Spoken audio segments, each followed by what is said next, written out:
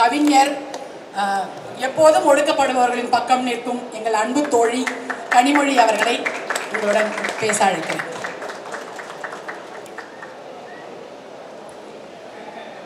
அனைவருக்கும் வணக்கம்.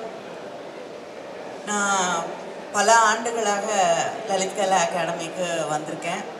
ஆனால் லலித் கலா அகாடமி நிரம்பி வழிஞ்சு நான் பார்த்ததே கிடையாது.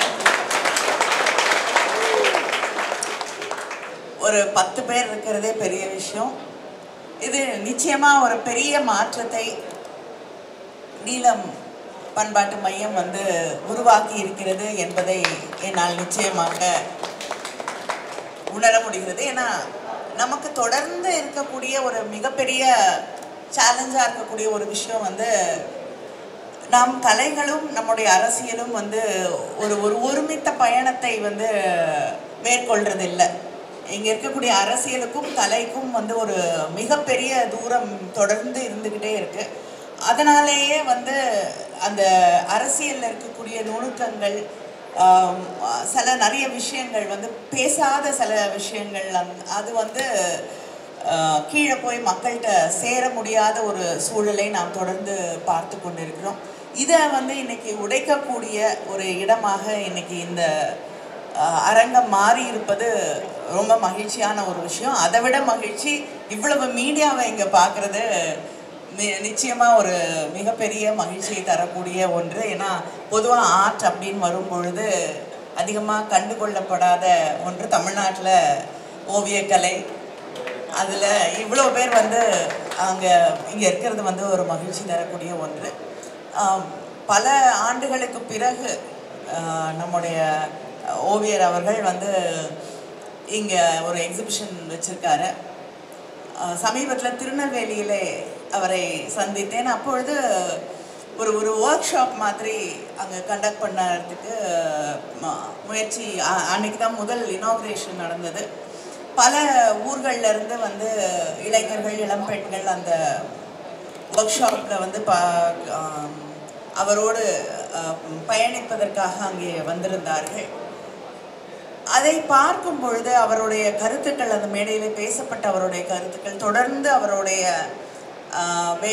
ஒர்க்ஸ், அது ஓவியமாக இருக்கட்டும், சிற்பமாக இருக்கட்டும், இல்லைனா மக்கள் சொல்லித்தர வைக்கக்கூடிய விஷயங்களாக இருக்கட்டும், அவர் வைக்கக்கூடிய கருத்துக்களாக இருக்கட்டும், எல்லாமே அது கோபத்தோடு வந்தால் கூட அது ஒரு அன்பிலிருந்து திளைத்து வரக்கூடிய ஒரு விஷயமாகத்தான் இருக்கிறது. மனித நேயத்திலிருந்து பிரவாகமாக வரக்கூடிய ஒரு விஷயமாக, எல்லா மனிதர்களையும் சமமாக பார்க்க வேண்டும், எல்லாருக்கும் இந்த சமூகத்திலே ஒரு இடம், உரிமை, எல்லாருடைய கதைகளுக்கு, எல்லாருடைய செய்திகளுக்கு இந்த சமூகத்திலே ஒரு மரியாதையான பார்வை, அதற்கான இடம், இதெல்லாம் இருக்கணும். அது மதிக்கப்பட வேண்டும் அப்படிங்கிற ஒரு இதில் அது இயற்கை மீது அவர் கொண்டிருக்கக்கூடிய அந்த காதலாக இருக்கட்டும், இல்லைன்னா நம்முடைய பழமையான விஷயங்களில் அதை பாதுகாக்கணும்னு அவர் நினைக்கக்கூடிய விஷயங்களாக இருக்கட்டும், இல்லைன்னா கிராமத்தில் இருக்கக்கூடிய அந்த கலை வடிவங்கள், அங்கே இருக்கக்கூடிய வாழ்க்கை, அங்கே இருக்கக்கூடிய வழிபாட்டு முறைகள், இது அத்தனையுமே நம்முடைய வாழ்க்கை அவருடைய சாரம் அதில் இருக்குது. அதை நாம் பாதுகாக்க வேண்டும் அப்படிங்கிற ஒரு விஷயத்தை தான் அது தொடர்ந்து சொல்லக்கூடிய ஒன்றாக இருக்கிறது.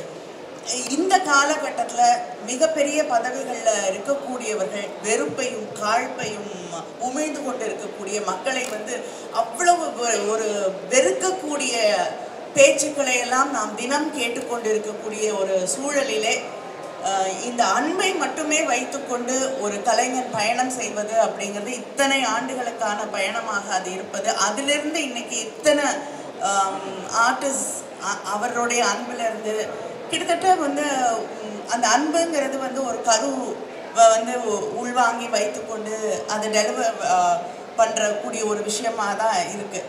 இத்தனை குழந்தைகளை அவர் பெற்றெடுப்பது அப்படின்றது ரொம்ப ஒரு மகிழ்ச்சியான விஷயமா இருக்கு. நான் இங்கே வந்த உடனே சில நேரங்களில் நம்ம எல்லாத்தையும் விட்டுட்டு ஒரு கலை